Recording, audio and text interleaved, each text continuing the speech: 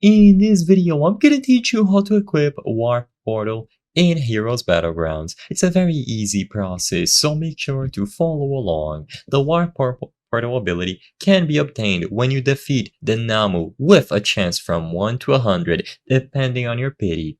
So, this is a boss that is randomly going to spawn after 30 minutes in a server. The thing is that you can also farm this boss on private servers, so what I recommend if you don't want to compete with other people is to just go over to the servers tab and in here join a private server. You can even create one on your own. When you join your own private server, you have to wait 30 minutes. After 30 minutes, Namu will spawn, and after you kill him, there will be a chance for you to get the Warp Portal character or Pity. So if you don't get the character right away, you will start building Pity, and eventually that is going to increase the chances of getting Warp Portal. So if you don't get it the first time, just kill him again, and then over and over and over. Eventually, after you kill him, you will be rewarded with Warp Portal. So Warp Portal is both a ranged as well as a close fighter type character with only 2 ranged moves and 2 melee moves. Although they have a medium long cooldowns, they will be able to do a lot of damage and last a long time.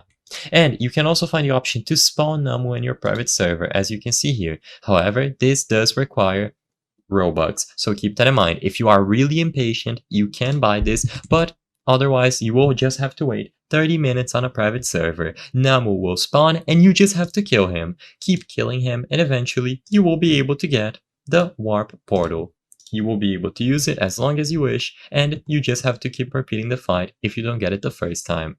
I hope I was able to help you on how to equip Warp Portal in Heroes Battlegrounds. If this video helped you, please be sure to leave a like and subscribe for more very easy tips. Thank you for watching!